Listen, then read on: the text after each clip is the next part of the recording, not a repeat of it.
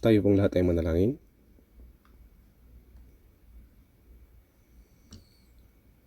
Banal at mahabagin naming Amang Diyos na sa amin ay nagmamahal, nagpapasalamat po kami sa iyong biyaya. Sa mga huling araw na ito, nauna mo kaming tinawag at niligtas sa gitna ng maraming mga tao sa sanlibutan, na inihiwalay mo kami upang maging mga banal. Nagpapasalamat po kami sa iyo dahil sa palaging pagtulong at paggabay mo sa amin upang makapamuhay kami sa natitira naming buhay sa pagsunod sa iyong kalooban at kaluwalhatian para sa Ebanghelyo ng Panginoon. Panginoon, nagpapasalamat po kami sa iyo. Kami na mga tinubos sa pamamagitan ng iyong mahalagang dugo ay nagtitipon sa iyong harapan sa oras na ito upang magpuri sa iyong dakilang biyaya at pag-ibig, mag-aral ng iyong salita at magkaroon ng fellowship sa loob ng iyong banal na kapulungan na kasama ang Panginoon. Naniniwala po kami na narito ka sa gitna namin maging sa oras na ito. Pakiusap, tingnan mo po ang bawat isa sa amin, hawakan po kami sa pamamagitan ng iyong mahabaging mga kamay at pamahalaan at tanubayan mo po kami upang ang mga puso at buhay, aming puso at buhay tunay na may pamuhay lamang sa iyong kalooban at para sa kaluwalhatian mo, O Diyos. Naniniwala po kami, Panginoon, na matapat mong pinagmamasdan ang lahat ng aming mga churches sa buong mundo at ang bawat brothers at sisters na nag-iingat ng kanilang pananampalataya at nagpapahayag ng Ebanghelyo maging sa kalagitnaan ng paghihirap. Pakiusap, samahan mo po sila sa pamamagitan ng iyong biyaya, salita at kapangyarihan ng Espiritu Santo upang matapang silang makapagpatotoo sa Ebanghelyo ng Panginoon at maakay ang maraming nawawalang mga kaluluwa kay Kristo para sa kaligtasan upang ganap nilang may sakatuparan ng iyong dakilang gawa. Panginoon, ikaw na nagbibigay sa amin ng kinakailangang mga salita ayon sa panahon at nagtuturo sa amin ng daan na dapat naming lakaran, maging sa oras na ito, ipaunawa mo po sa amin at ipaalam ang mga salita na nais mong ihayag sa amin at ang banal na kalooban mo, O Diyos. At pakiusap, pamunuan at gabayan mo po kaming lahat upang magawa po namin ang kalooban ng Diyos, hindi lamang sa salita, kundi maging sa amin din mga puso at buhay, at makapagbigay ng kaluwalhatian sa Diyos. Dinadalangin namin sa pangalan ng Panginoong Jesucristo. Amen. Buksan po natin ang ating mga Biblia. Efeso chapter 5.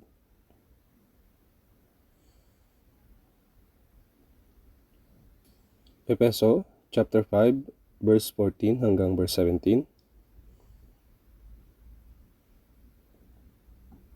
Babasahin ko po ito.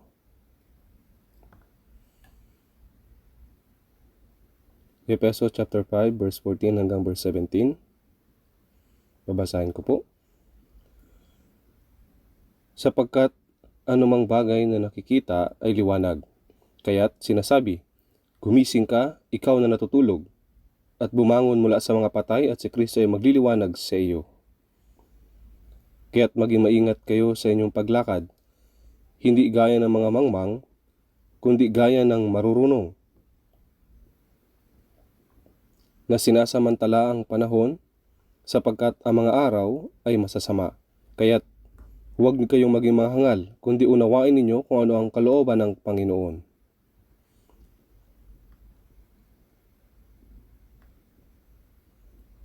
Ang panahong ito kung saan tayo ay nabubuhay ay tiyak na ang huling panahon na tinakda ng Diyos. Kung titignan po natin sa Mateo 24 verse 14, at ang magandang balitang ito ng kaharian ay pahahayag sa buong daigdig bilang patotoo sa lahat ng mga bansa, at pagkatapos ay darating ang wakas. Ang magandang balitang ito ng kaharian, ito po ay tumutukoy sa Ebanghelyo ng biyaya ng Diyos, kung saan isang makasalanan na nakatadhana sa impyerno ay maaaring maligtas at makapasok sa kaharian ng Diyos. Ang Ebanghelyo nagsimula sa Jerusalem ay pinahayag na ngayon sa buong mundo, at nagbigay ang Diyos sa lahat ng tao ng sapat na panahon at pagkakataon upang makinig at manampalataya. Sa kasaysayan, na higit sa 2,000 taon na simula nang magsalita si Jesus, ayon sa mga salita ni Jesus, ang Ebanghelyo ay ipinahayag mula sa Jerusalem, sa buong Judea, Samaria, Roma, Europa at maging Amerika at sa huli sa Korea sa dulong bahagi sa silangan. Sinabi ng Panginoon na ang Ebanghelyo ay ipapangaral hanggang sa dulo ng daigdig.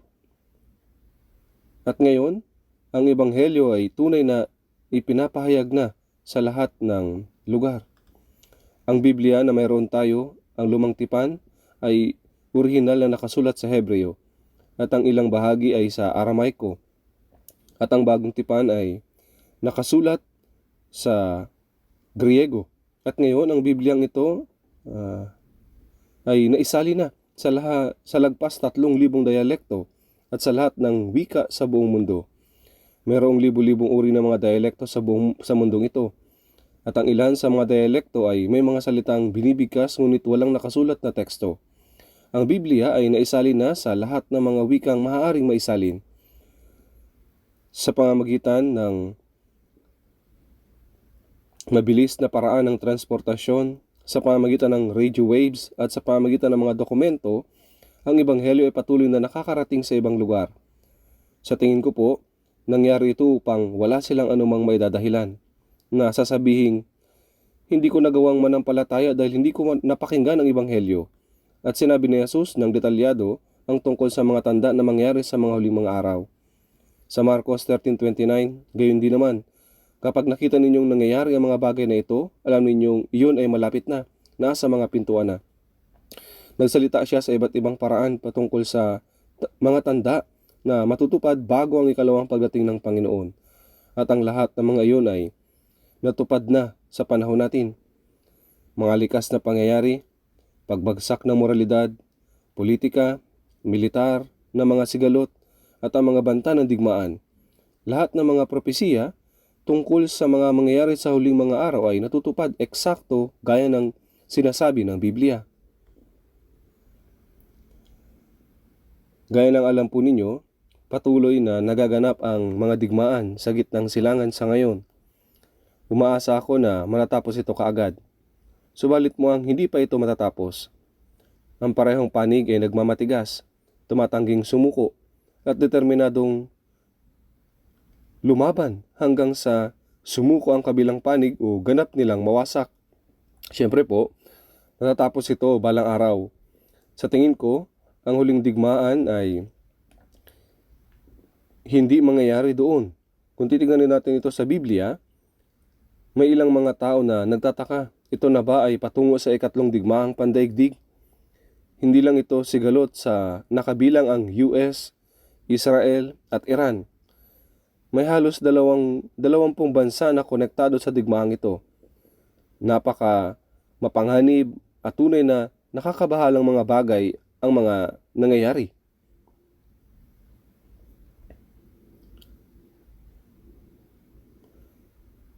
Subalit gaya ng alam po natin, ang huling digmaan ay mangyayari sa Israel. Ang lokasyon ng Israel ay sa gitna ng mundo. At doon, sa Iran, Iraq, ang lugar na iyon ay ang mga lugar kung nasaan dati ang halamanan ng Eden. Ito ang lugar kung saan nagsimula ang kasaysayan ng tao at kung saan dumating si Jesus at ibinigay ang Ebanghelyo, ang biyaya ng Diyos. At ang lugar kung saan magtatapos ang kasaysayan ng tao ay doon din.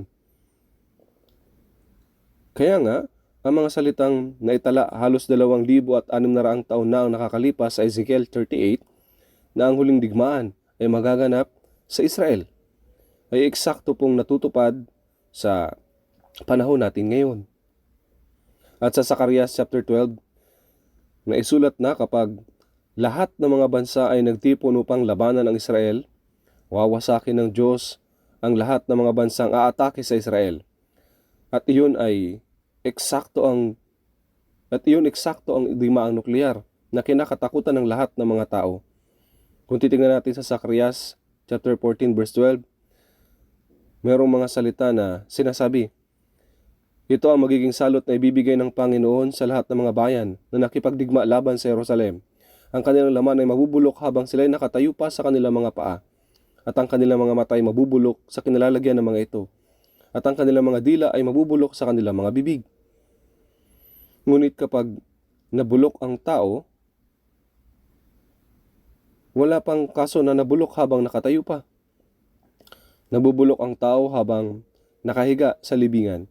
Subalit, ang sinabi na ang mga mata at ang dila ay mabubulok habang nakatayo pa, ibig sabihin na kapag ang digmaang nuklear ay mangyari at ang mga armas nuklear ay sumabog, mabubulok sila sa mismong sandaling iyon at hindi na sila matutumba.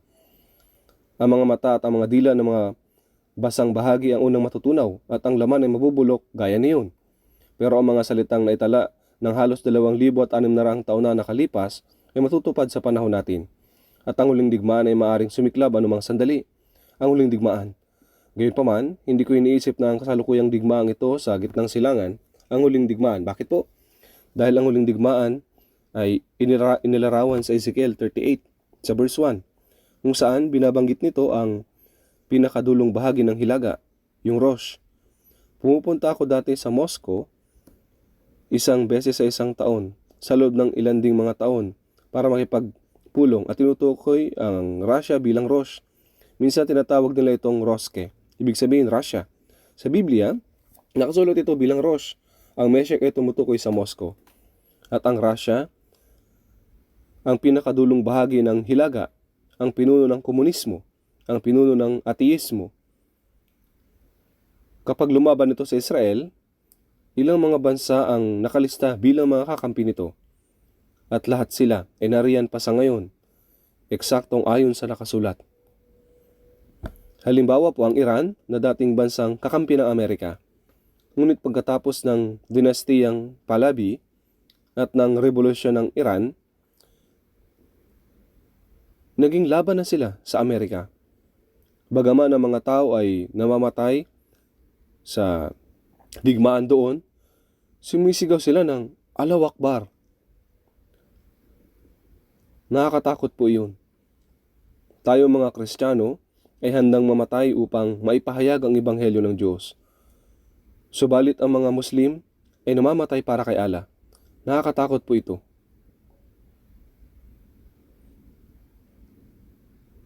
Gayunman, hindi natin alam kung kailan matatapos ang digmaang ito, pero maaaring matigil ito pagkatapos ng isang malaking sakripisyo.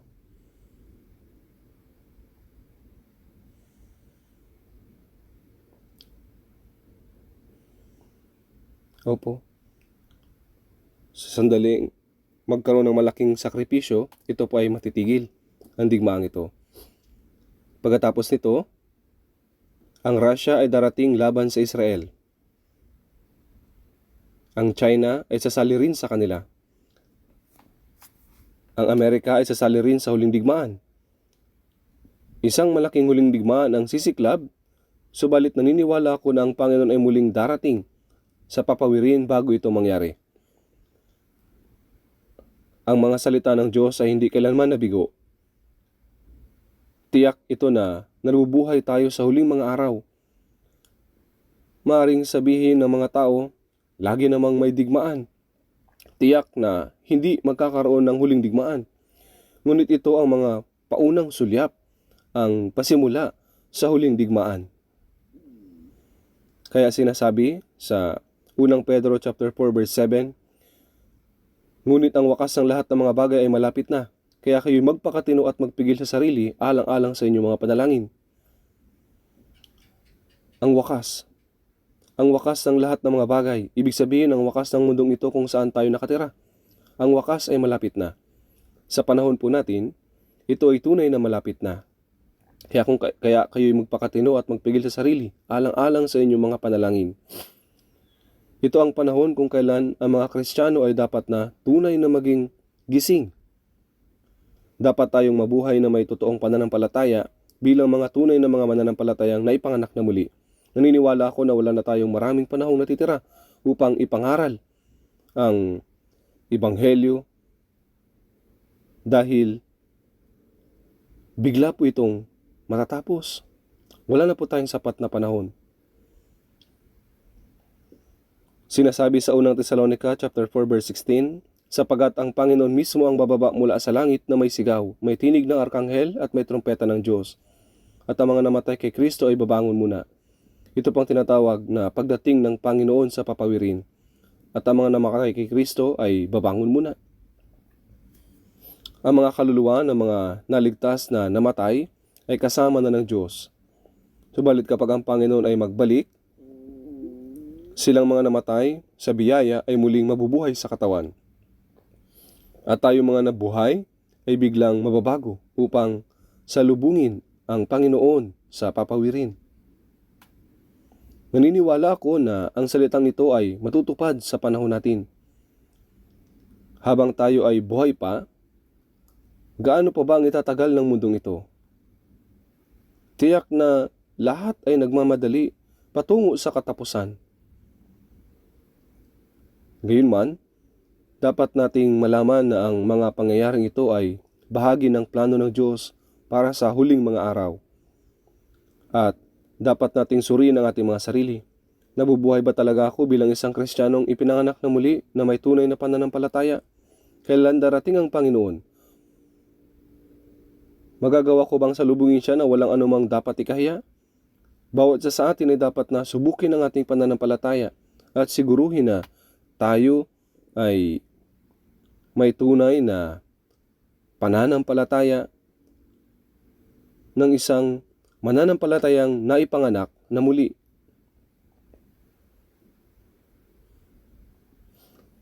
Sa araw na ito, base sa talatang binasa natin, nais ko pong mangaral na may pamagat na ang gising na buhay Kristiyano.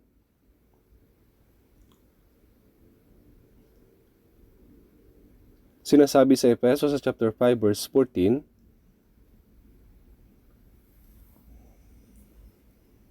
kaya't sinasabi, gumising ka, ikaw na natutulog, at bumangon mula sa mga patay, at si Kristo ay magliliwanag sa iyo.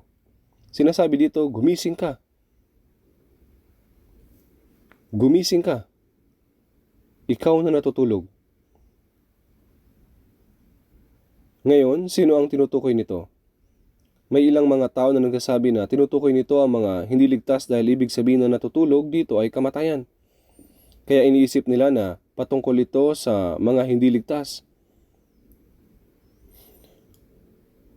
Ngunit kapag iniugnay ninyo ang mga talatang ito sa konteksto nito, hindi ito nagsasalita sa mga hindi ligtas. Ang mga hindi ligtas ay espiritual na mga patay. Kung isang tao ay patay, pwede ba silang bumangon kapag sinabihan silang gumising ka, ikaw na natutulog? Babangon po ba siya? Hindi po. Ang mga natutulog at mga patay ay magkaiba. Ang mga patay ay ang mga hindi pa nakatanggap ng kaligtasan. Ang mga natutulog ay ang mga naligtas, ngunit espiritual na natutulog. Natutulog sa kanilang pananampalataya. Kaya kapag sinabi nito na gumising ka, ikaw na natutulog, at bumangon mula sa mga patay, nagsasalita ito sa mga mananampalataya na nakatanggap ng kaligtasan, ngunit espiritual na natutulog. Mga kaluluwang nasa malalim na pagkakatulog. Sa mga Hukom 16 verse 19, nabasa natin na pinapahirapan ng mga Pilisteo ang Israel. Kaya ang Diyos ay nagbangon ng isang espesyal na tao upang labanan sila. Siya po ay si Samson.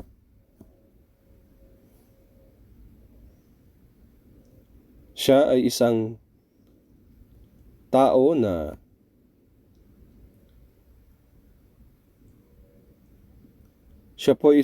kayang lurayin ng leon gamit ang kanyang mga kamay. Hindi iyon isang ordinaryong tao. Binigyan ng Diyos si Samson ng hindi pangkaraniwang lakas. Noong nilabanan siya ng mga Pilisteo, walang anumang nasa kamay ni Samson. Sinubukan nilang siya'y patayin. Subalit nakakita siya ng panga ng asno sa malapit. At gamit iyon, agad niyang napatay ang 1,000 lalaki. At walang sino mang makalaban sa kanya. Subalit, inibig ni Samson ang babaeng Pilisteo. At sa huli, siya po ay nahulog kay Delilah. Noong nahiga siya sa kandungan niya at nakatulog siya, ginupit niya ang kanyang buhok. Ang tanda ng kanyang panata bilang nasirita. Ibinunyag niya ang lihim ng kanyang lakas dahil lagi siya nitong pinipilit ng walang tigil. Nawala kay Samson ang kanyang lakas. Dinukit ang kanyang mga mata at pinilit siyang magtrabaho sa gilingan. Naging katatawanan siya sa mga Pilisteo. Bagaman sa kanyang kamatayan ay mas marami siyang napatay kaysa noong siya'y nabubuhay pa. Gayunpaman, ito ay dahil sa natulog siya doon po sa kandungan ni Delilah. Kaya nawala ang kanyang lakas at ang kanyang paningin. At siya ay naging laruan nila. Si Samson po ay naging laruan para sa mga Pilisteo. Ang tulog ay mapanganib. Ang isang taong natutulog ay hindi alam kung nasaan sila. Hindi nila alam kung anong oras na. Kung ano ang dapat nilang ginagawa o anong panganib ang paparating. Ang isang taong ligtas ay dapat na manatiling gising. Ngunit,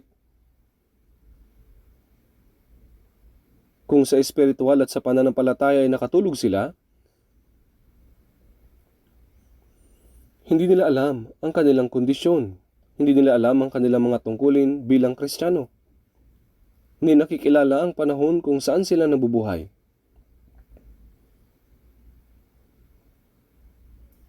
Sinasabi po sa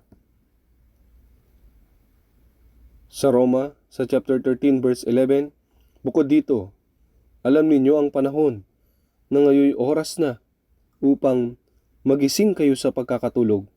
Dapat nating alamin ang panahon, subalit sa halip, marami ang nasa malalim na pagkakatulog. Sinasabi nito at bumangon mula sa mga patay. Ang isang natutulog ay hindi alam kung nasaan siya. Maaring nakahiga siya kasama ang mga patay. Sa panahon ng digmaan, kapag ang mga sundalo ay lumalaban araw at gabi habang nasa hukay, minsan ay nadadala sila ng sobrang pagod at nakakatulog sila. Pagising nila, maaring matagpuan nila ang kanilang mga sarili na nakahiga sa gitna ng mga patay.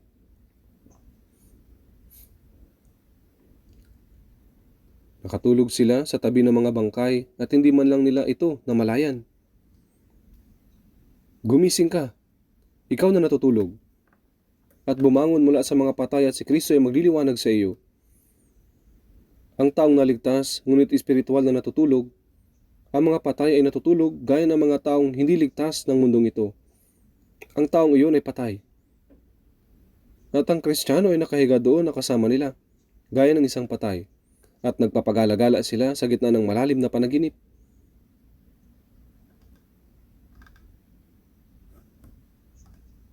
Opo, sila ay nagpapagala-gala sa gitna ng malalim na panaginip. Nanaginip din ako ng minsan. At minsan naalala ko ng kaunti ang panaginip, subalit minsan hindi ko maalala ang anumang bagay. Alam ko na naginip ako. Ngunit maaaring iyon ay walang kabuluhan. Si Jose sa kabilang banda ay mapanaginipin. Binigyan siya ng Diyos ng mga panaginip. Binigyan si Jose ng Diyos ng mga panaginip. At nangyari ang mga ito eksakto sa ayon sa kanya na panaginipan. Dahil laging pinuno siya sa Ehipto. Ngayon, ito ang isa sa taong ligtas ngunit espiritual na natutulog. Gumising ka, ikaw na natutulog, at bumangon mula sa mga patay, at si Kristo ay magliliwanag sa iyo. Gaya ito ng isang taong sobra na sa pagtulog. Kahit na ang sikat ng araw sa umaga ay pumapasok na sa bintana at nagliliwanag na ng direkta sa kanilang mga mukha. May mga taong patuloy na natutulog, hindi alam na si Kristo ay nagliliwanag ng kanyang ilaw sa kanilang mga mukha. Ang gayong tao ay nananaginip habang nakatali sa mundong ito at sa mga bagay ng laman. Sila ang mga taong humahabol sa mga walang kabuluhan at walang saysay na mga panaginip. Ang gayong mga tao ay mahina sa mga tukso ng masama, ang diablo. Kaya nga sinasabi sa mga awit 13 verse 3, O Panginoon kong Diyos, bigyang pansin at sagutin mo ako. Ang aking mga matay paliwanagin mo, baka sa kamatayan matulog ako. Dito po lalo ay binanggit ang pagtulog sa kamatayan. Minsan ay may narinig akong kwento tungkol sa pinakaharap na linya. Ang pinakamalapit na lugar sa North Korea, iyon ang DMZ. Isang sundalo ang bantay ng gabing iyon, subalit nakatulog siya. Mabilis na nakatulog siya. Pagkatapos, isang kaaway ang dumating at pinugutan siya ng ulo at dinala iyon. Mukhang ito ay isang tunay na kwento na aktual na nangyari. Kapag nakatulog kayo ng sobrang himbing, hindi niyo malalaman kung kayo ay mamamatay na. Kapag ang isang Kristiyano ay malalim na nakatulog sa makalamang likas at nahulog sa isang malalim na makamundong pagtulog, tutuksohin ng diablo ang taong iyon at ganap siyang papabagsakin. Sinasabi sa unang Pedro,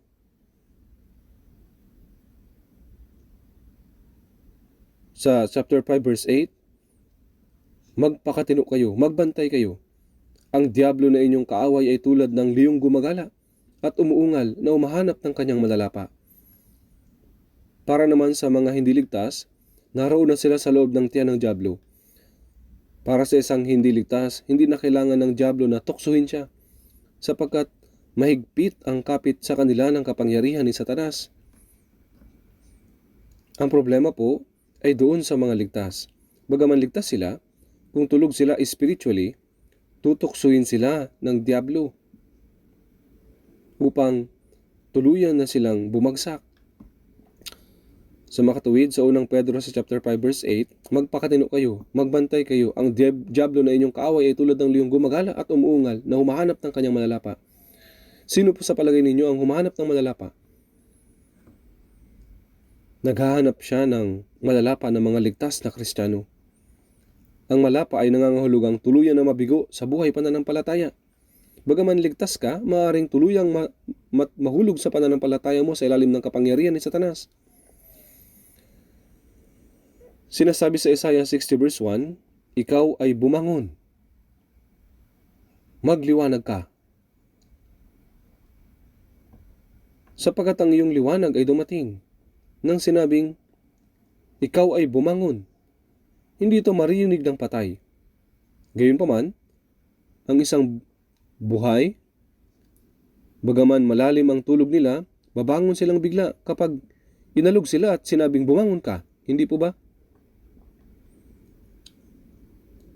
Sapagkat ang mga hindi ligtas ay patay ang espiritu at hindi sila nagigising anuman ang sabihin sa kanila. Hindi nila marinig ang salita ng Diyos. Gayunpaman, para sa isang taong may buhay na sa kanila at ligtas, kapag narinig nila ang salitang, Ikaw ay bumangon, kaya nilang gumising, sapagkat sila ay ligtas na. Kaya ang pagsasabi na bumangon ay binibigay sa mga ligtas na. At ang utos na bumangon ay hindi naangkop sa mga ganap na patay, espiritual. Buksan po natin saglit sa Roma chapter 13. Roma chapter 13, verse 11.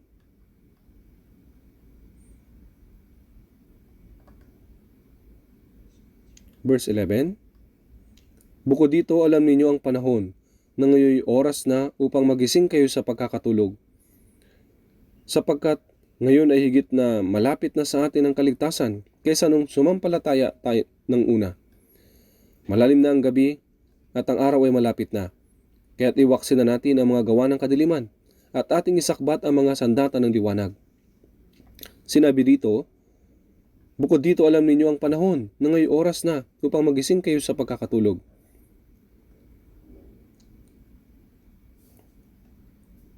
Dapat maunawaan ng isang taong ligtas kung anong uri ng panahon na tayo nabubuhay ngayon. Sinabi ni Jesus sa mga Hudyo sa Lucas 12:56, kayong mga mapagkunwari, marunong kayong magbigay ng kahulugan sa anyo ng lupa at ng langit. Subalit bakit hindi kayo marunong magbigay ng kahulugan sa kasalukuyang panahon? Sa Lucas 12:55, at kapag nakita ninyong humihim ang hanging habagat ay sinasabi ninyo na magkakaroon ng matinding init.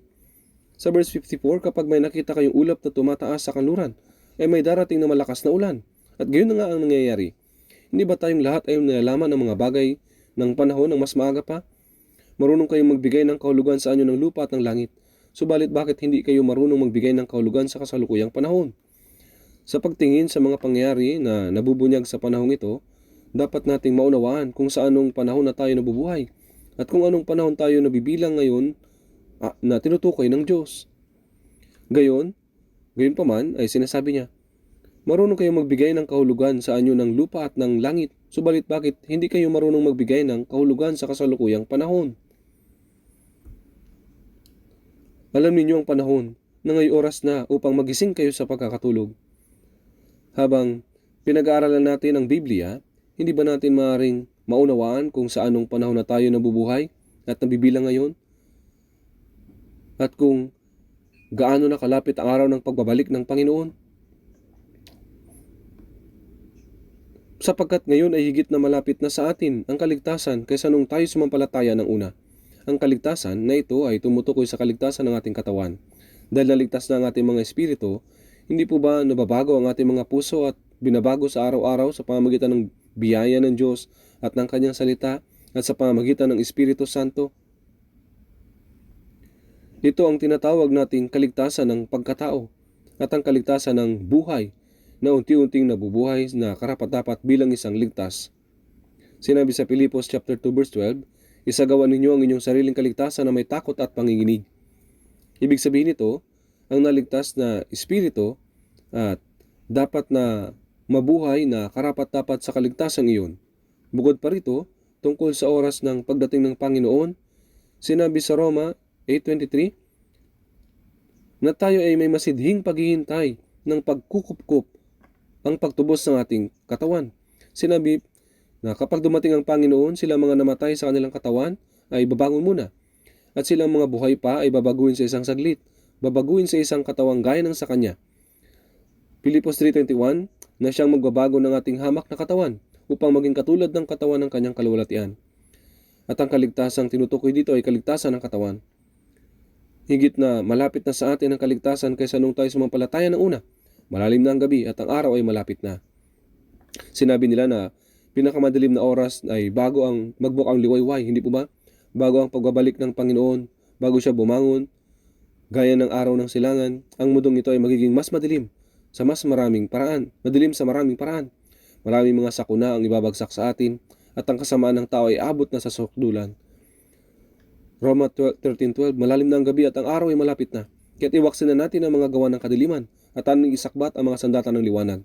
Ngayon po, sa ating mga Kristiyano, upang maalis ang pamumuhay na pagmamay-ari ng kadiliman at upang isakbat ang mga sandata ng liwanag, ay nangangahulugang mamuhay ng buhay sa liwanag at upang mamuhay ng buhay na karapat-dapat sa pagiging Kristiyano.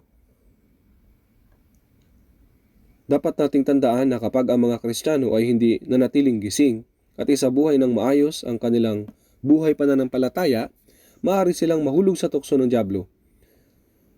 Ang isang taong natutulog ay hindi maaaring maayos na sumunod sa salita ng Diyos. Nabubuhay sila sa pagsuway. Tingnan po natin ang saglit sa unang Tesalonica chapter 5. Unang Tesalonica chapter 5.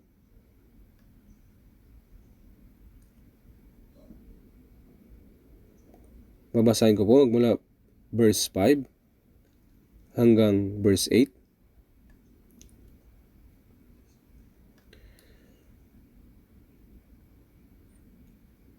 Sapagkat tayong lahat ay pawang mga anak ng liwanag At mga anak ng araw, tayo'y hindi ng gabi, ni ng kadiliman man. Kaya nga, huwag tayong matulog gaya ng mga iba, kundi tayo'y manatiling handa at magpakatino, sapagkat ang mga natutulog ay natutulog sa gabi, at ang mga naglalasing ay naglalasing sa gabi.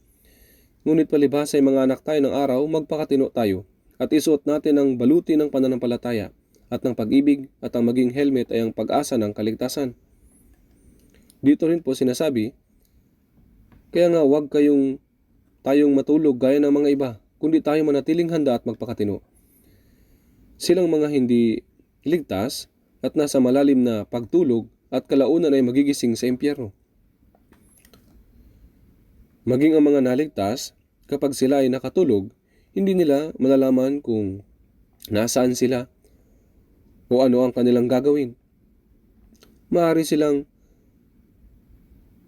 magpagala-gala na may walang kabuluhang mga pangarap. Kundi tayo'y manatiling handa at magpakatino. Upang maging handa at magpakatino ay nangangahulugang magising tayo at magkaroon ng malino na pag-iisip. Sinabi rito, sapagkat ang mga natutulog ay natutulog sa gabi, at ang naglalasing sa gabi. Ang mga natutulog o ang mga naglalasing ay ginagawa ito sa gabi. Ngunit sa ating mga Kristiyano, hindi maaaring maging ganito.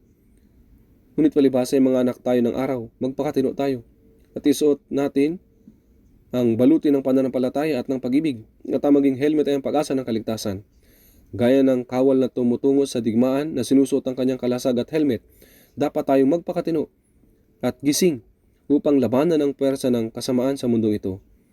Hindi dapat tayo mahulog sa masama. Mateo sa chapter 24, tignan po natin ang ibang mga talata sa Biblia. Mateo chapter 24,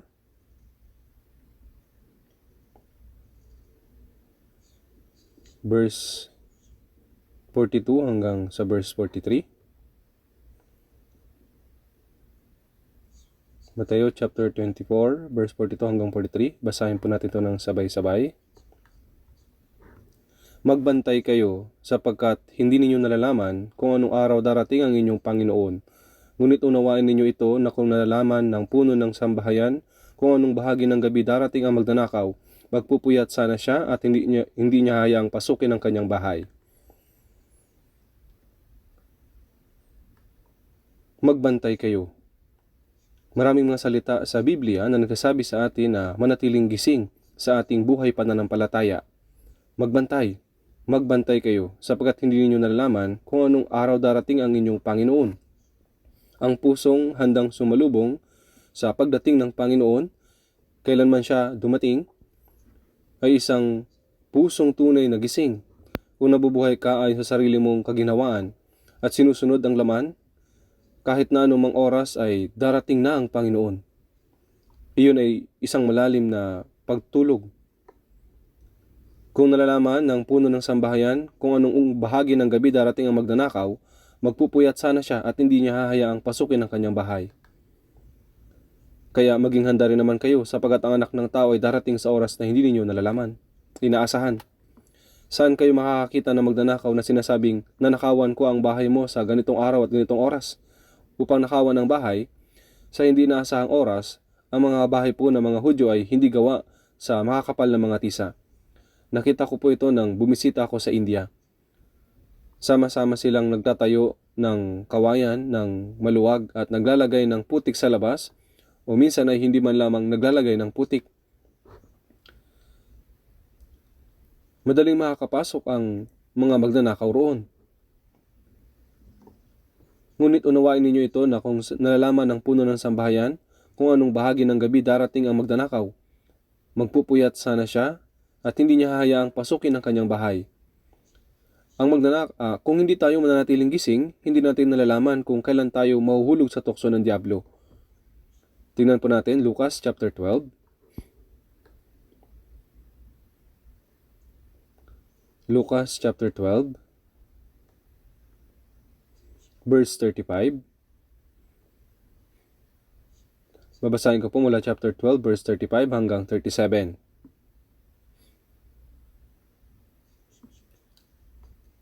Hanggang verse 37. Bigkisan ninyo ang inyong mga baywang at paliwanagin ninyo ang inyong mga ilawan. At maging tulad kayo ng mga taong naghihintay sa kanilang Panginoon na magbalik mula sa kasalan upang agad nilang mapagbuksan siya kapag siya ay dumating at tumuktok. Mapapalad ang mga aliping iyon na madatna ng Panginoon na nagbabantay kapag siya ay dumating. Katotohanan na sinasabi ko sa inyo, bibigkisan niya ang kanyang baywang, sila ipapaupuin sa pagkainan at siya ay lalapit at paglilingkuran sila.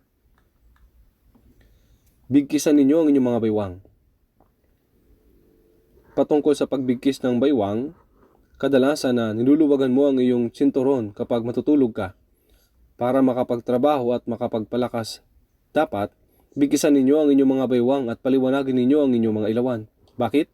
Ang Panginoon ay pumunta sa piging ng kasalan at sa Israel, ang mga piging na ito ay ginaganap sa gabi. Kaya kahit na medyo naantala siya, at maging tulad kayo ng mga taong naghihintay sa kanilang Panginoon na magbalik mula sa kasalan upang agad nilang mapagbuksan siya kapag siya ay dumating at tumuktok. Ibig sabihin nito, dapat tayong maging gising na may pusong handang salubungin ng Panginoon kung kailanman siya darating. Mapapalad ang mga aliping iyon na madatna ng Panginoon na nagbabantay kapag siya ay dumating. Na nagbabantay, bibigkisan niya ang kanyang sarili at paupin sila upang kumain. At paroroon at paglilingkuran sila. Tunay na nakakamangha ang mga salitang ito. Kapag bumalik ang Panginoon at nadatnan niyang gising ang kanyang mga alipin, mapupuno siya ng kagalakan at papaupuin niya sila at siya mismo ang maglilingkod at magpapakain sa kanila. Ito po ang tunay na kahangang-hangang salita. Mateo 26 verse 41.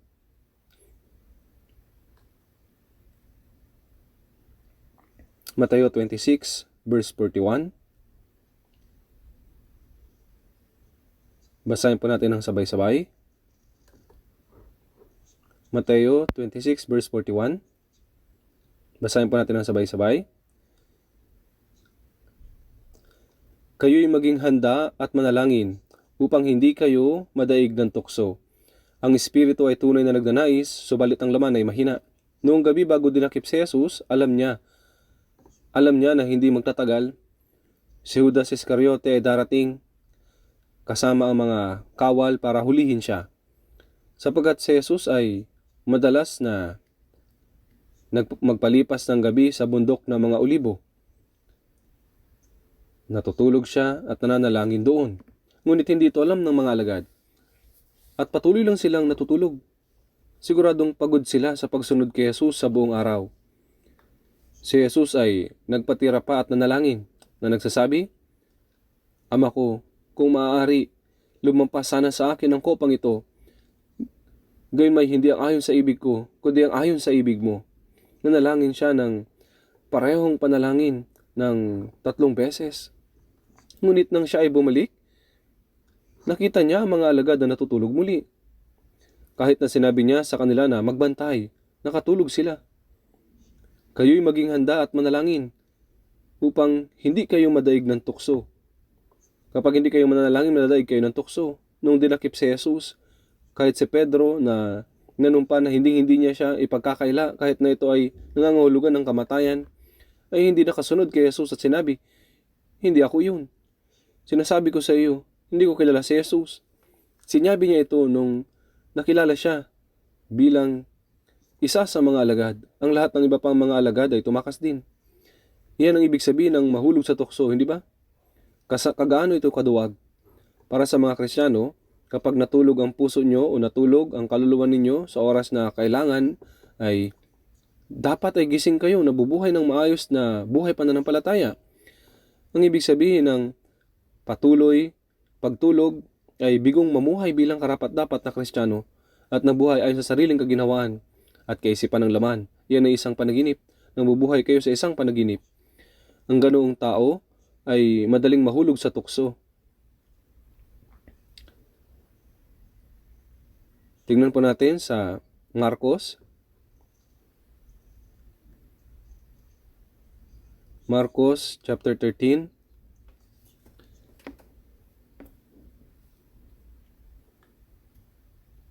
Marcos chapter 13 verse 36 hanggang 37. Basahin din po natin ng sabay. Baka sa bigla niyang pagdating ay matagpuan niya kayong natutulog. At ang sinasabi ko sa inyo ay sinasabi ko sa lahat, maging handa kayo. Sinabi ni Jesus sa kanyang mga alagad, baka. Ang Panginoon, sa bigla niyang pagdating ay matagpuan niya kayo natutulog. Tunay na ang Panginoon ay biglang darating sa oras na hindi natin nalalaman. Kapag dumating siya, ang mga espiritual na natutulog ay dadanas ng kahihiyan. Ang mga taong natutulog ay hindi man lang nila namamalayan na sila ay hubad at napapahiya. Ni hindi nila alam kung ano ang dapat nilang gawin. Inilalantad lang nila ang kanilang kahihiyan. Baka sa bigla niyang pagdating ay matagpuan niya kayong natutulog.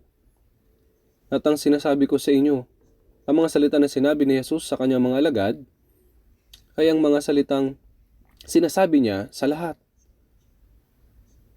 Ito ang mga salitang sinasabi niya sa atin sa sandaling ito mismo. Tayo po ay nasa panahon kung saan dapat talaga tayong maging gising. Kahit na sinasabi ng mga tao na ligtas na rin sila at nagdadasal sila, umaawit ng mga himno at sama-samang namumuhay ng buhay na may pananampalataya, mayroong mga natutulog. Ang taong bigong mabuhay bilang isang karapat-dapat na Kristiyano at nadadaig sa kaisipan ng laman, nabubuhay para sa kanilang sariling kaginhawaan, ano po yun?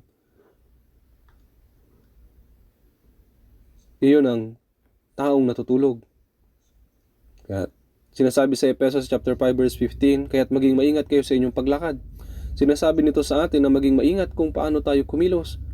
Ang mga Kristiyano ay hindi dapat mamuhay para sa kanilang sariling kaginhawaan o kanilang sariling kaisipan, kundi dapat bigyang pansin kung paano sila kumilos. Ano ang layunin ng ating pag-aaral ng Biblia? Ito pa ay dahil gusto nating maraming matutunan para maturuan ng iba. Dapat ba tayong matuto ng marami dahil lang nakakatuwa itong gawin? Nag-aaral tayo ng Biblia upang masunod ito. Ang makinig at malaman lang ngunit hindi sinusunod, yan ay isang malaking kasalanan. So may talata rin na nagsasabi, Lucas 12:47, at ang aliping iyon na nakakaalam ng kalooban ng kanyang Panginoon, ngunit hindi naganda at hindi ginawa ang ayon sa kalooban nito, ay papaluin ng marami. Para sa mga malinaw na nakakaalam ng Biblia, ngunit hindi sinusunod, may disiplina po ng Diyos. Hindi ba't ang layunin ng ating pag-aaral ng Biblia ay upang malaman ang kalooban ng Diyos at sundin ito? Kaya nga sinasabi, kaya't maging maingat kayo sa inyong paglakad. Ang mga Kristiyano ay hindi dapat nabubuhay ayon sa kung ano ang gusto natin o kung ano ang komportable para sa atin. Hindi dapat tayong mabuhay ng may karunungan, kundi dapat tayong mabuhay ng may karunungan at maingat ayon sa kalooban ng Diyos.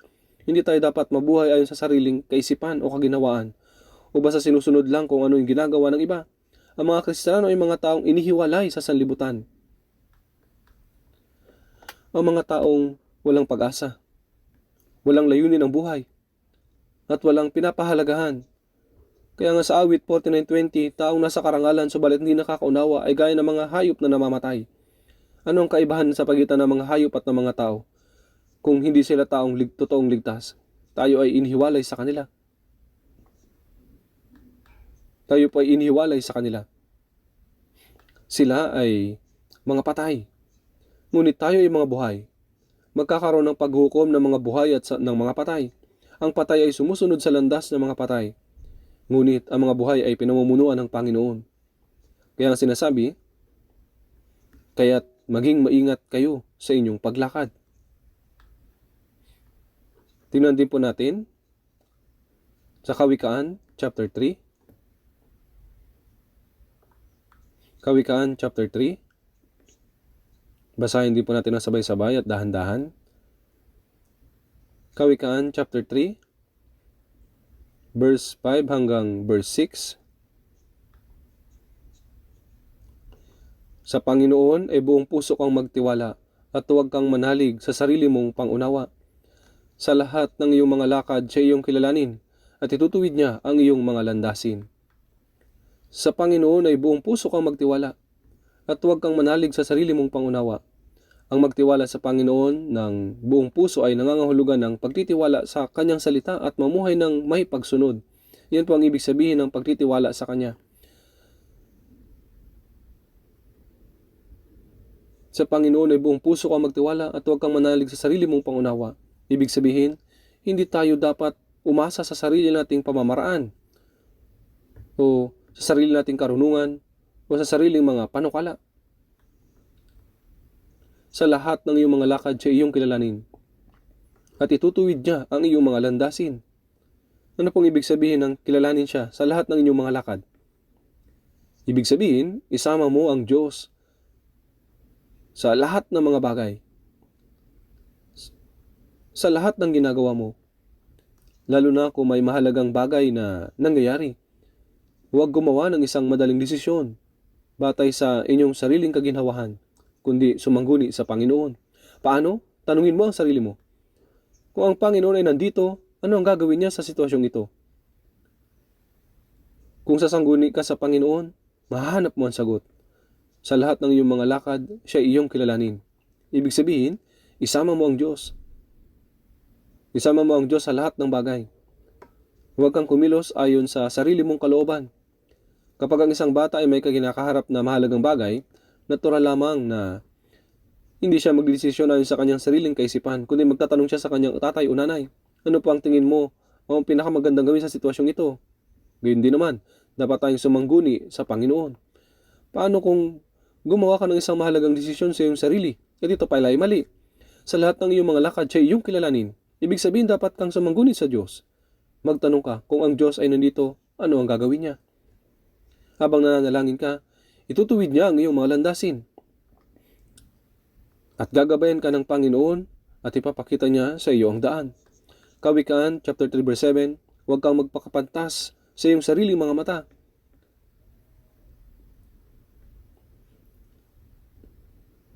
Ibig sabihin ay huwag mong isipin na ang sarili mong kaisipan ay laging tama.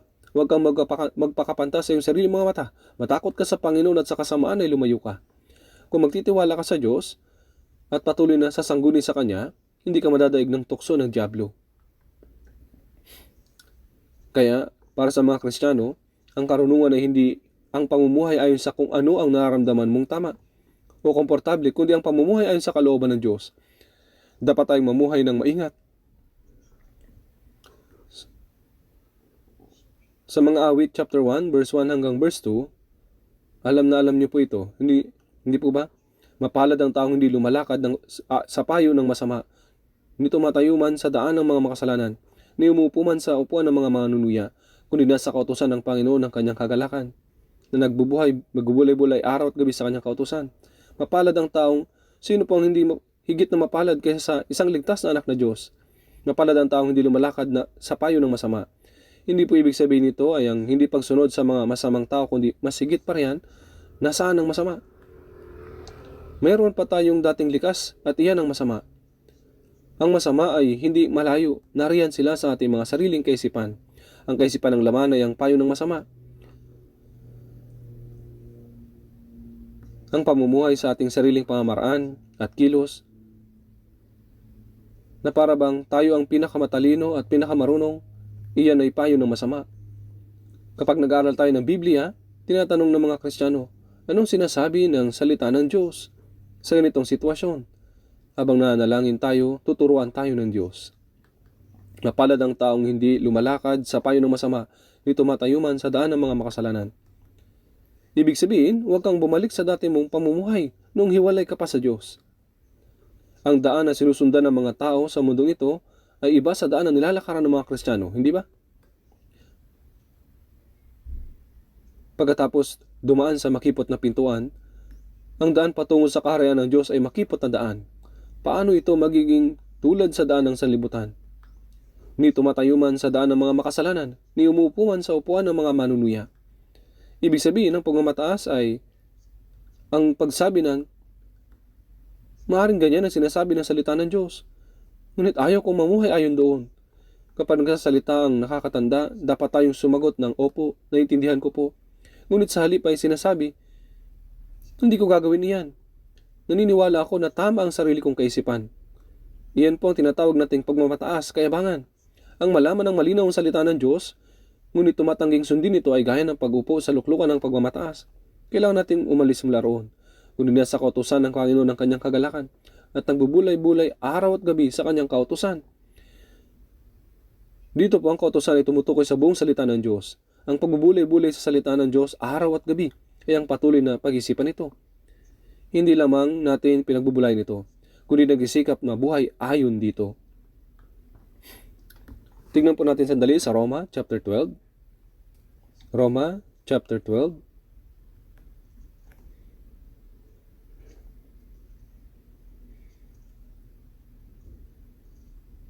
Roma chapter 12 verse 2. Basahin din po natin ng sabay. Huwag ninyong tularan ng sanlibutan ito, kundi magbago kayo sa pamamagitan ng pagbabago ng inyong pag-iisip, upang mapatunayan ninyo kung alin ang mabuti, kasiyasiya at lubos na kalooban ng Diyos. Ang ninyo ay tumutukoy sa mga naligtas. Ito ay mensahe para sa mga Kristiyano. Huwag ninyong tularan ng sanlibutan ito. Ang sanlibutan ito ay masama, bulok at immoral. Huwag tularan. Ibig sabihin ay huwag sundin at huwag maging tulad nito.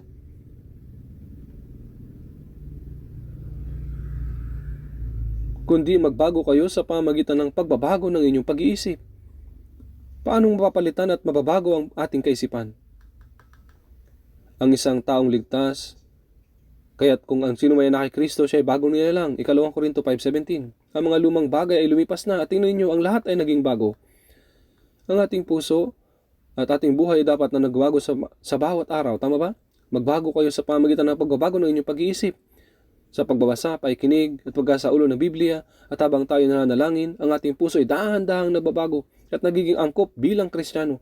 Kailangan tayong mabago sa pamamagitan ng pagbabago ng pag-iisip, unti-unti sa bawat araw. Paunti-unti sa bawat araw. Sa Mateo 5:48,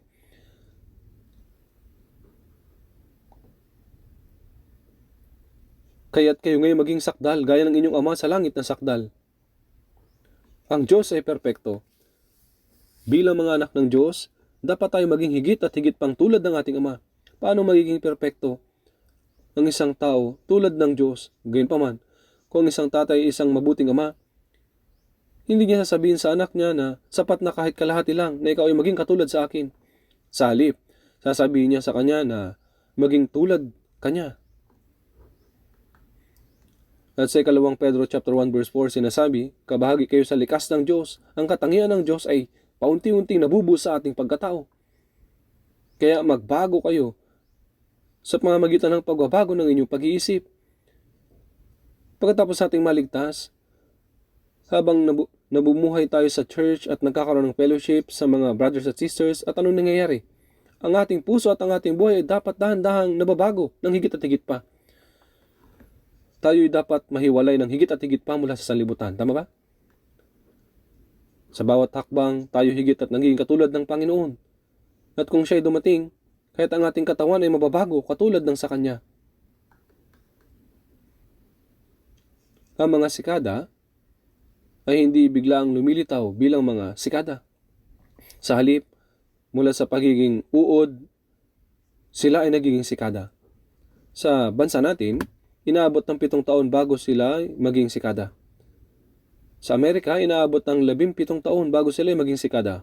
Kaya wow, nabubuhay sila sa putik sa loob ng 17 taon. Ang Korean sikada ay inabot ng 7 taon. Kapag sila ay naging sikada na, lumilipad sila papalayo at umaawit sa mga puno na umiinom ng hamog. Unti-unti ang uod ay lumalaki at nagiging mga sikada. Paunti-unti, lumalaki sila at nagiging sikada.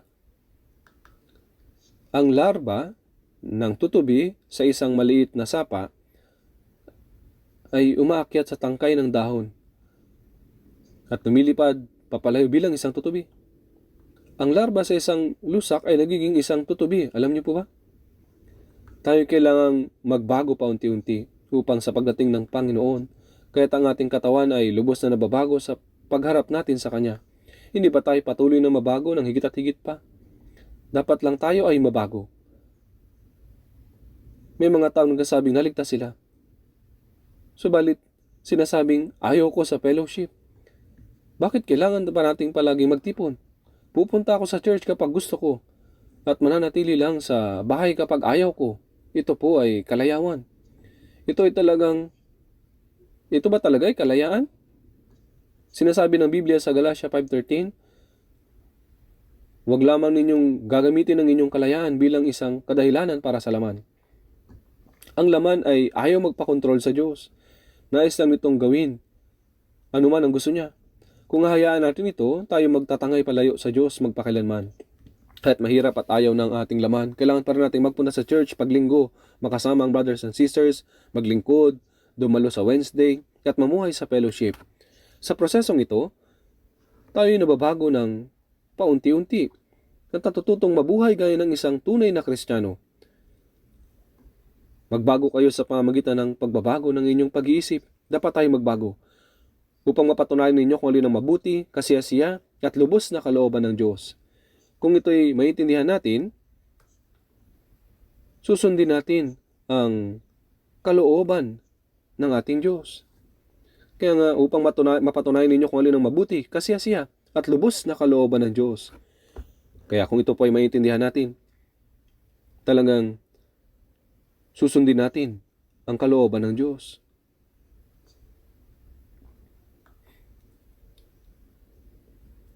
Kaya nga,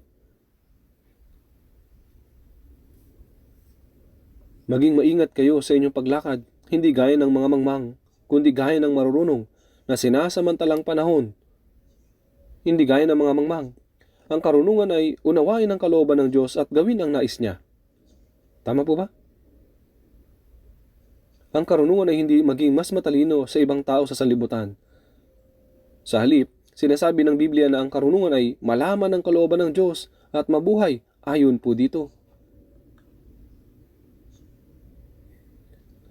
Sa Kawikaan, sa chapter 9, verse 10, ang takot sa Panginoon ang pasimula ng karunungan. Ang takot sa Panginoon ay nangangahulugan na pagsunod sa kanyang salita. Yun po ang pasimula ng karunungan. Balikan po natin sa Efeso, sa chapter 5.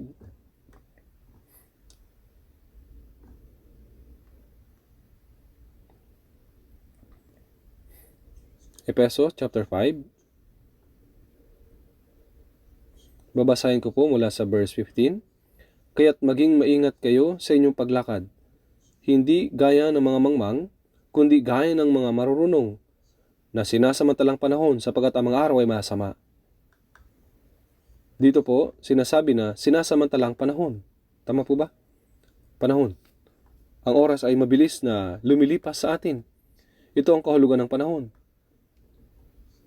My days are gliding swiftly by, and I am pilgrim stranger.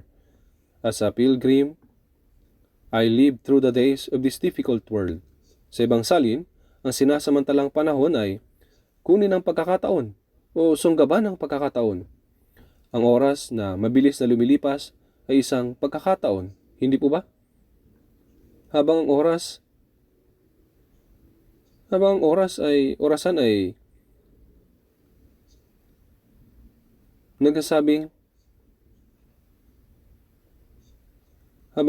ay nagsasabing tiktok, tiktok, ang ating buhay naman ay mabilis na umiiksi. Narinig ko ang tungkol sa isang tao na nag-iisip na ang kanyang buhay ay lumiliit at ang kanyang mga araw ay umiiksi habang tumutunog ang orasan. Dahil ang tunog ng orasan sa gabi ay parang nagsasabi, dali, dali. Kaya bumangon siya at pinatigil ang orasan. Ang pendulum ay umuugoy ng pabalik-balik na nagsasabi, dali, dali. Ang oras ba ay hihinto dahil sa pinatigil mo ang orasan? Habang lumilipas ang oras, ito ay lumilipas ng mabilis. Ang ating buhay ay nagiging maiksi. Opo, ang oras ay hindi hihinto dahil pinatigil mo ang orasan. kundi habang lumilipas ang oras, ito pa ay lumilipas ng mabilis. Ganito po kaiksi ang ating buhay. Kapag pinag-iisipan ko po ito, naranasan ko rin na maging kabataan. May mga panahon na ako ay buhay na buhay. Subalit ngayon, kahit nasubukan ko, ang aking katawan ay tila ayaw makinig sa akin. Hindi ko dapat pilitin ng mga bagay-bagay. Kailangan ko maging maingat sa lahat ng bagay. At hindi ko na kaya maging aktibo kagaya ng isang kabataan. Habang lumilipas ang panahon, ang mga oras ay nabubuhay tayo sa mundong ito na paiksi ng paiksi na. Tama po ba? Kaya, ang talata na sa Efeso 5:16 na sinasamatalang panahon sapagat ang mga araw ay masama. Ibig sabihin na sa masamang tao ang namumuno sa mundong ito. Ibig sabihin na hindi tayo dapat na magpahila sa kanila.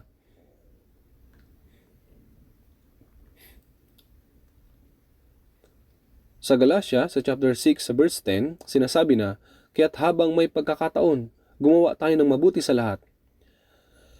Lalong-lalo na sa mga kabilang sa sambahayan ng pananampalataya. Kaya't habang may pagkakataon, ibig sabihin na hindi natin dapat sayangin ang anumang pagkakataon na mayroon tayo. Sa halip, ay gumawa tayo ng mabuti sa tuwing mayroon tayong pagkakataon. Habang may pagkakataon, gumawa tayo ng mabuti. Sa Galatia, chapter 6, verse 7, huwag kayong padaya, sapagat anumang ihasik ng tao ay siya rin niyang aanihin. Habang nabubuhay tayo sa mundong ito, tayo ay patuloy na naghahasik ng anuman. Kailan tayo aani? Sa pagdating ng Panginoon. Ang bawat isa ay aani ayon sa kanilang mga ginawa. Sa 2 Korinto chapter 5 verse 10, sinasabi, sapagkat tayong lahat ay kailangang humarap sa hukuman ni Kristo.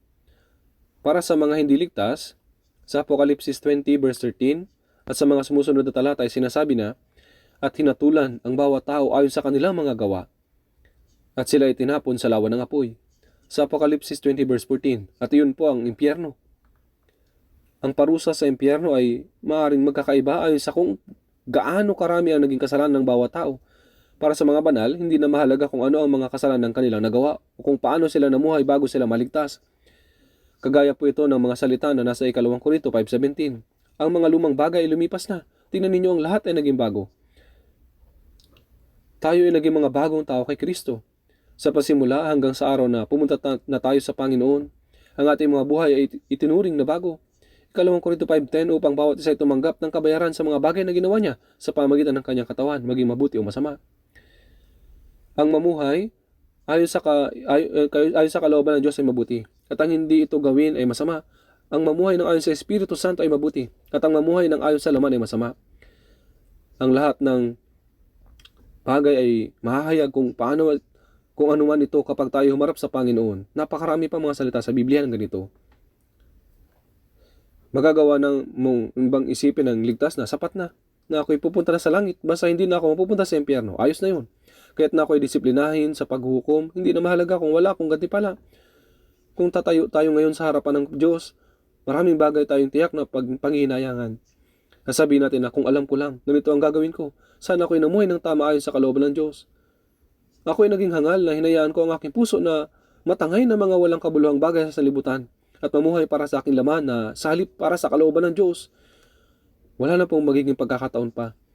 Subalit, mayroon tayong pagkakataon ngayon. Sa Santiago 4:14, sinasabi na, ano ba ang inyong buhay? Kayo ay isang singaw na sa sandaling panahon ay lumilitaw at pagkatapos ay naggalaho. Ang isang singaw ay kagaya ng isang ilusyon. Hindi mo ito mabibihag kahit nasubukan mo. Kaya mga kapatid, ang buhay natin sa mundo ay kagaya ng isang singaw na mamamalagi pansamantala at pagkatapos ay maggalaho. Tayo po ay mga tao na makakagawa ng mga bagay na hindi walang kabuluhan. Kahit na tayo ay nabubuhay sa mundong walang laman. Kailangan nating gamitin ang ating kapaligiran at mahalagang pagkakataon na ibinigay ng Diyos sa atin na mamuhay ayon sa kanyang kalooban at kaluwalhatian. Ano po ang oras na ibinigay sa atin? Ang oras ay time. Nag-iisip po kayo. Bakit tinatanong ng isang bagay na alam na ng lahat? Subukan nyo pa rin pong sagutin. Ang oras ay hindi pulit kayo sumagot. Hindi po kayo nag-iisip. Bakit siya nagsalita ng Ingles? Kung gayon, ano po ang oras? Ang oras ay salapi. Ang oras ay salapi. Tama po. Kaya hindi ninyo dapat sayangin ang oras ng ibang tao. Kagaya po ito ng pagnanakaw sa kanila ng salapi. Ang taong ginagamit ng maayos ang kanilang oras ay higit na magiging matagumpay sa mundong ito. Gayunpaman, ang oras ay salapi at ang oras ay ginto. Hindi po ito mali. Ngunit ang mas mahalaga po rito ay ang oras ay buhay. Ang oras ay buhay. Kapag lumilipas ang oras, ang ating buhay ay umiiksi. Hindi po ba? Napakabilis. Kaya ang oras na ibinigay sa atin ay mabilis na umiiksi. At ang ating buhay ay paiksi ng napakabilis.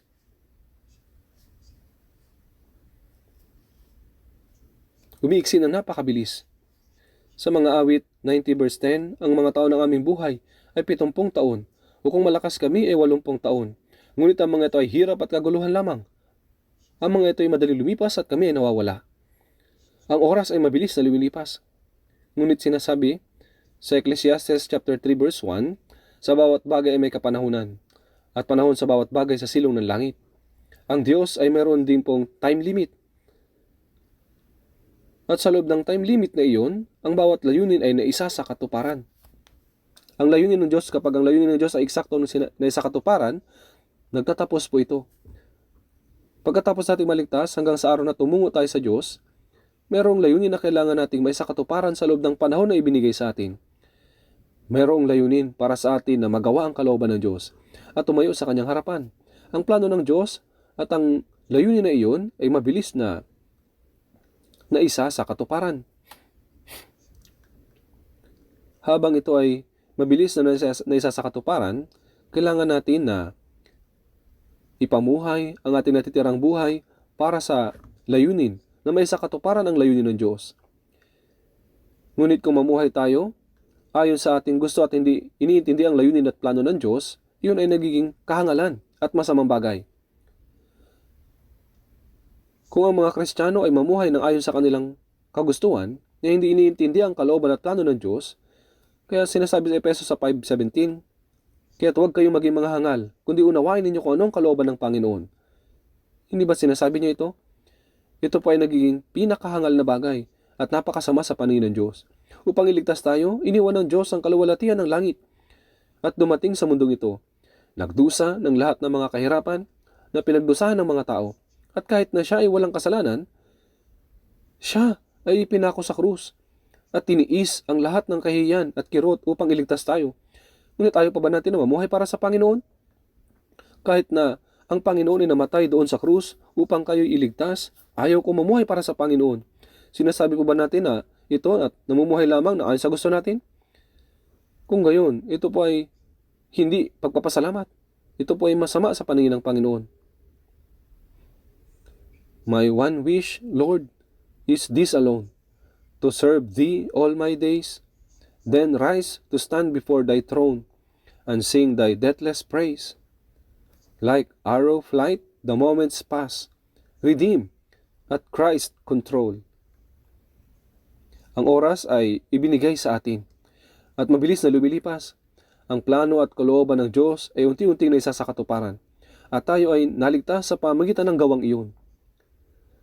Tayo ay naligtas upang may sa katuparan ng kalooban at layunin ng Diyos. Kung gayon, ang ating buhay ay hindi dapat na maging walang kabuluhan. Sinasabi sa Efeso 5:17, kaya't huwag kayong maging mga hangal, kundi unawain ninyo kung ano ang kalooban ng Panginoon. Ang isang hangal ay hindi nalalaman ang kalooban ng Panginoon at nabubuhay lamang ayon sa kanyang pagnanais. Ito po ay kahangalan, hindi po ba? Sinasabi po, kaya't huwag kayong maging mga hangal, kundi unawain ninyo kung ano ang kalooban ng Panginoon. Unang Pedro, tingnan po natin. Unang Pedro, chapter 4.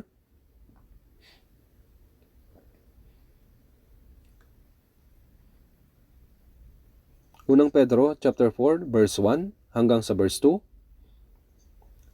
Magmula verse 1 hanggang verse 2, basahin po natin. Kung paanong si Kristo ay nagdusa sa laman, ay sandatahan din naman ninyo ang inyong sarili ng gayong pag-iisip, sapagkat ang nagdusa sa laman ay tapos na sa kasalanan. Upang hindi na kayo mamuhay sa laman sa inyong nalalabing panahon, sa masamang pagnanasa ng mga tao, kundi sa kalooban ng Diyos. Kung paanong si Kristo ay nagdusa sa laman, tiniis ng lahat ng Panginoon ang lahat ng pagdurusa sa laman upang tayo kanyang mailigtas. Kaya sinasabi, sandatahan din naman ninyo ang inyong sarili ng gayong pag-iisip. Ano po ang gayong pag-iisip? Nagdusa ang Panginoon upang tayo ay maligtas. At dapat din tayo magdusa upang mabuhay para sa Panginoon na ayon sa kanyang kalooban. Sandatahan din ninyo ang inyong sarili ng gayong pag-iisip. Ano po ang sandatahan ito? Kapag pumupunta sa digmaan ng isang sundalo, noong unang panahon, siya ay magsusuot ng baluti. Ito ang magiging proteksyon niya sa kanyang dibdib mula sa mga palaso. Ang dyablo ay naghahagis din ng palaso ng kasalanan sa atin upang tayo ay pabagsakin. Ngunit ang sandata na humaharang dito ay ang pagdurusa para sa Panginoon. Kaya po, sinasabi, sandatahan din naman ninyo ang inyong sarili ng gayong pag-iisip, sapagkat ang nagdusa sa laman ay tapos na sa kasalanan. Buhay ng taong may pagdurusa para sa Panginoon ay walang oras para gumawa ng kasalanan. Ang bisikleta ay patuloy na umuusad kapag patuloy kang papadyak. Kung hindi ka papadyak gaya ng kinakailangan, ikaw ay mahuhulog. Gayun din po, mayroon lamang tayong dalawang pagpipilian, kung tayo ba ay usad ayon sa kalooban ng Diyos o tayo ay mahuhulog. Isang buhay na may pagdurusa para sa Panginoon. Kagaya ng mga naunang mananampalataya sa sinaunang iglesia. Maraming mga Kristiyano noong panahon ng pag-uusig ang sinunog ng buhay, naging pagkain sa mga leon, at pinatay ng mga tabak. Hindi na po ito mangyayari sa atin. Ngunit hanggang ngayon ay mayroon pa rin pagdurusa sa mga Kristiyano. Kapag sinubukan nating mabuhay ng ayon sa kalooban ng Panginoon, may mga pagdurusa na hindi nakikita ng iba. Sandatahan din naman ninyo ang inyong sarili ng gayong pag-iisip. Ano po ito? Ito ay sandata sa buhay na may pagdurusa para sa Panginoon, upang hindi na kayo mamuhay sa laman sa inyong nalalabing panahon sa masamang pagnanasa ng mga tao, kundi sa kalooban ng Diyos. Ang isang buhay na nagdurusa para sa Panginoon ay nangangahulugan na hindi na tayo nabubuhay paayon sa pagnanasa ng tao, hindi sa pagnanasa ng laman, kundi para sa kalooban ng Diyos. Nabubuhay tayo sa natitira nating oras sa ating laman. Gano'n na lamang ba ang panahon na natitira sa ating laman? Wala na po tayong oras pang natitira. Kung bibilangin ninyo ang mga araw pagkatapos nating maligtas, hanggang sa tumayo tayo sa harapan ng Panginoon, ang natitirang oras natin sa laman ay dapat nating ipamuhay hindi ayon sa kalooban ng tao, kundi sa kalooban ng Diyos. Sa natitirang oras sa ating buhay, maaari tayong kunin ng Diyos at tumayo sa harap niya at tumanggap ng papuri. O kung hindi tayo mag-ingat, maaari tayong tumanggap ng pagsaway. At sasabihin niya, ikaw na masama at tamad na alipin. Maaari tayong pumasok sa walang hanggang kaluwalhatian o tumanggap ng kahihiyan. Ang buhay na ikinabubuhay natin sa mundong ito, sa natitirang panahon natin, ay panahon para makapaghanda sa walang hanggang kaluwalhatian, kung saan pwede tayong tumanggap ng papuri at gantimpala sa harap ng Panginoon. Ayaw po ba natin ito? Ang natitirang oras natin ay talagang mahalaga. Hindi tayo dapat magkaroon ng hangal na pag-iisip gaya ng kung tayo man ay mabubuhay ayon sa kalooban ng Panginoon o hindi. Basta mahalaga, makapunta tayo sa langit. Upang hindi tayo magkaroon ng kahihiyan sa harapan ng Panginoon na nagligtas sa atin, at upang makibahagi sa walang hanggang kaluwalhatian ng Diyos, ay dapat na huwag tayong magsayang ng mahalagang panahon na ibinigay sa atin. Mabuhay lang ba tayo ng walang ingat ayon sa gusto natin?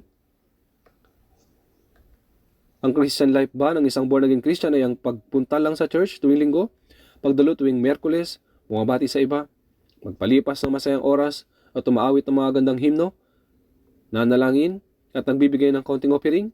Hindi po. Ang Christian life ay pamumuhay sa loob ng Diyos. Kaya nga sinasabi, ibigin mo ang Panginoon mong Diyos ng buong puso mo, ng buong kaluluwa mo at ng buong pag-iisip mo at ng buong lakas mo. Gayon lang ba kadali ang Christian life? Kung gagawin natin ito sa pamamagitan ng sarili nating kakayahan, ito po ay mahirap. Ngunit sa pamamagitan ng salita ng Diyos at sa tulong ng Espiritu Santo, magagawa po natin ito. Hindi ito ganun kahirap. Kaya naman, ang natitirang buhay natin ay panahon na ibinigay sa atin bilang mahalagang pagkakataon upang masuklian ang biyaya ng Diyos, upang makibahagi sa Kanyang kalulatian sa pamamagitan ng pamumuhay para sa Panginoon. Ito po ay panahon ng paghahanda para sa pagpasok sa walang hanggang kaluwalhatian. Kung malilimutan ng Kristiyano ang layunin na ibinigay sa kanya ng Diyos at mabubuhay para sa mga walang kabuluhang bagay ng sanlibutan ito, ito ay talagang nakakalungkot at nakakatakot na bagay. Hindi po ito normal. Bagaman maiksi ang natitira nating buhay, upang tayo ay makatayo ng walang anumang dapat ikahiya sa harap ng Diyos, dapat nating ipamuhay ang ating natitirang oras ayon po sa kalooban ng Diyos. Dapat po nating ipamuhay ang natitira nating oras ayon sa kalooban ng Diyos. Tingnan po natin saglit sa Isaias chapter 26. Isaias chapter 26 verse 3. Isaias 26 verse 3. Basahin po natin.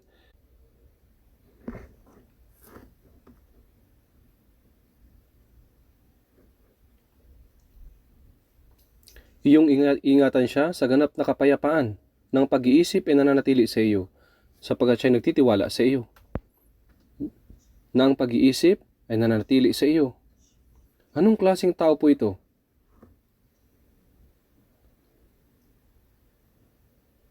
Siya ay isang taong nakatuon ng diretso ang mga mata sa Panginoon at hindi inaalis ang paningin sa Panginoon. Isang taong mayroong tiyak na layunin. Tao na may puso na paglingkuran ng Panginoon at hindi nagbabago. Ang taong iyon ay may matatag na pag-iisip, nabubuhay para sa Panginoon,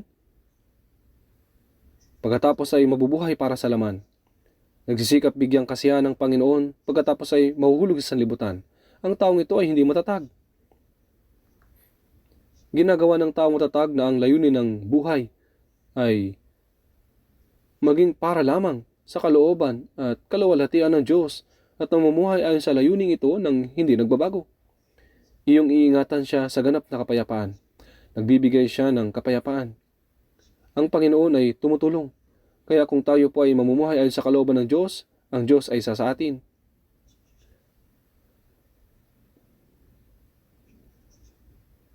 Sa 2 Korinto, sa chapter 4, verse 18, sapagkat hindi kami tumitingin sa mga bagay na nakikita, kundi sa mga bagay na hindi nakikita, sapagkat ang mga bagay na nakikita ay may katapusan, subalit ang mga bagay na hindi nakikita ay walang hanggan. Ang mga bagay na hinahanap natin ay mga bagay na hindi nakikita. Marami nakikitang bagay dito sa mundo. Tama po ba? Ang lahat ng bagay na ito ay biglang mawawala.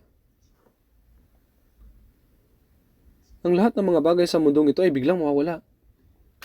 Sapagkat hindi kami tumitingin sa mga bagay na nakikita, kundi sa mga bagay na hindi nakikita. Sapagkat ang mga bagay na nakikita ay may katapusan, subalit ang mga bagay na hindi nakikita ay walang hanggan. Sa 2 Korinto 5:7, sapagkat kami ay lumalakad sa pamamagitan ng pananampalataya, hindi sa pamamagitan ng paningin. Tayo po ay nabubuhay sa pananampalataya sa salita ng Diyos. Kaya walang dahilan upang mapukaw ang ating puso ng mga bagay na nakikita, makamundong mga bagay. Kung nabubuhay tayo para sa mga nakikita, sa mga makamundo, makalamang bagay, tayo po ay magiging mga hangal na tao na tinatanggihan ng biyaya ng Diyos. Sa Pilipos chapter 2 verse 21, sapagkat pinagsisikapan nilang lahat ang para sa kanilang sariling kapakanan, hindi ang mga bagay ni Jesucristo. Ang mga ganitong klaseng mga tao ay hinahanap lamang ang kanilang pansariling kapakanan. Pagkatapos ng kaligtasan, hinahanap nila ang mga pansariling mga bagay. Sa mga awit, sa chapter 1 verse 4, ang masama ay hindi gayon, kundi parang ipang itinataboy ng hangin. Ano po ang ipang tinataboy ng hangin? Kapag ang palay ay naihiwalay, meron pong ipa. Kapag humihihi po ang hangin, ang ipa ay tinatangay at kumakalat sa lapag. At sasabihin ng mga tao, "Uy, walisin na ito at sunugin." At ang mga di mananampalataya ay hahanginin ng hangin ng mundo at mahuhulog sa impyerno. Ang masama ay hindi gayon, kundi parang ipang itinataboy ng hangin. Hindi tayo dapat mamuhay ng ganito na ayon sa hangin ng mundo. Nakasanayan ng mundo, subalit may ilan na nasasanay na gaya ng dating pamumuhay nila at hindi makatakas dito. Kaya sila ay nabibigo sa kanilang Christian life. Hindi kaya nagpapanggap na Kristiyano at nagiging makamundo muli na susunod sa mga bagay ng mundo.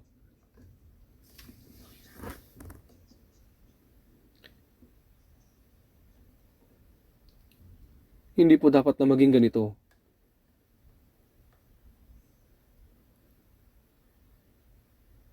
Tingnan po natin at basahin po natin ang sabay sa Efeso chapter 5, verse 16 hanggang 17.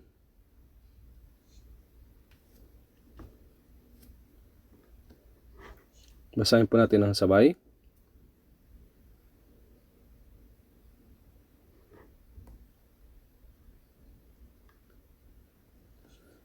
Hanggang 17, na sinasamantala ang panahon sapagkat ang mga araw ay masama. Kaya huwag kayong maging mga hangal, kundi unawain ninyo kung ano ang kalooban ng Panginoon. Unawain kung ano ang kalooban ng Panginoon. Sa Santiago chapter 4 verse 15, sa halip ay dapat inyong sabihin, kung loloobin ng Panginoon, kami mabubuhay at gagawin namin ito o iyon. Kung loloobin ng Panginoon, tayo mabubuhay o mamamatay. Kung loloobin ng Diyos, gagawin natin ito o iyon. Kung hindi naman, kahit subukan natin itong gawin at gustong gawin, hindi natin ito dapat gawin. Ang mamuhay ng ganito ay tama, subalit bukod pa dito ay walang kabuluhang pagmamalaki. Sinabi rin sa unang Juan chapter 2 verse 17, ang sanlibutan at ang pagnanasa nito ay lumilipas. Ngunit, ano po yung kasunod dito? Kung hindi niyo po kabisado, ay tignan po natin, basahin po natin sa unang Juan chapter 2. Unang Juan chapter 2 verse 17. Basahin po natin. Ang sanlibutan at ang pagnanasa nito ay lumilipas, ngunit ang gumagawa ng kalooban ng Diyos ay nananatili magpakailanman. Ang sanlibutan at ang pagnanasa nito ay lumilipas. Sino po ang mga ito na gumagawa ng kalooban ng Diyos? Sila ay mga Kristiyano, tama ba? Hindi po tayo nabubuhay na humahawak sa mga bagay ng mundo na lumilipas. Hindi po tayo nabubuhay sa mundo na humahawak sa mga bagay na lumilipas. Ngayon, tayo po ay nabubuhay para sa kaluwalhatian ng walang hanggang kaharian ng Diyos na ibibigay sa atin sa inaharap. Kaya, ngunit ang gumagawa ng kalooban ng Diyos ay nananatili magpakilanman. Ito po ay nakasulat sa lapida ng isang kilalang American evangelist na si D.L. Moody, ang unang Juan chapter 2 verse 17. Ngunit ang gumagawa ng kalooban ng Diyos ay nananatili magpakilanman. Ang natitirang bahagi ng buhay natin ay pagkakataong ipinagkatiwala sa atin, pagkakataon upang suklian ang biyaya ng Panginoon, pagkakataon upang mamuhay para sa Panginoon. Hindi dapat tayo mag-aksaya ng pagkakataon na ibinigay sa atin upang makapasok sa walang hanggang kaluwalhatian. Hindi na po mahaba ang natitira ng buhay natin. Umasa po ako na tayo ay mamuhay ng may kasipagan para sa Panginoon at pumasok sa kaluwalhatian ng Diyos nang walang anumang dapat ikahiya. Manalangin po tayo. Mahabagin naming Amang Diyos, salamat po Panginoon sa pagtawag sa amin sa katapusan ng panahon na itinakda ng Diyos, sa pagliligtas sa amin at sa paghiwalay sa amin bilang mga banal at sa pagbibigay sa amin ng mahalagang pagkakataon na mamuhay sa natitira naming buhay na sinusuklian ng biyaya ng Diyos at mabuhay para sa kaharian at kaluwalhatian ng Diyos sa pamamagitan ng pagsunod sa gawaing iyong pinapagawa sa amin. Pakiusap, pamunuan at pangunahan mo po kami upang kami ay makapamuhay sa natitira naming buhay para sa kalooban at kaluwalhatian ng Diyos. At huwag nawang matangay ang aming mga puso na mga walang kabuluhang bagay ng mundong ito, kundi kami nawa ay mahiwalay bilang mga banal at mabuhay para sa Panginoon. Dinadalangin namin ito sa pangalan ng Panginoong Hesus. Amen.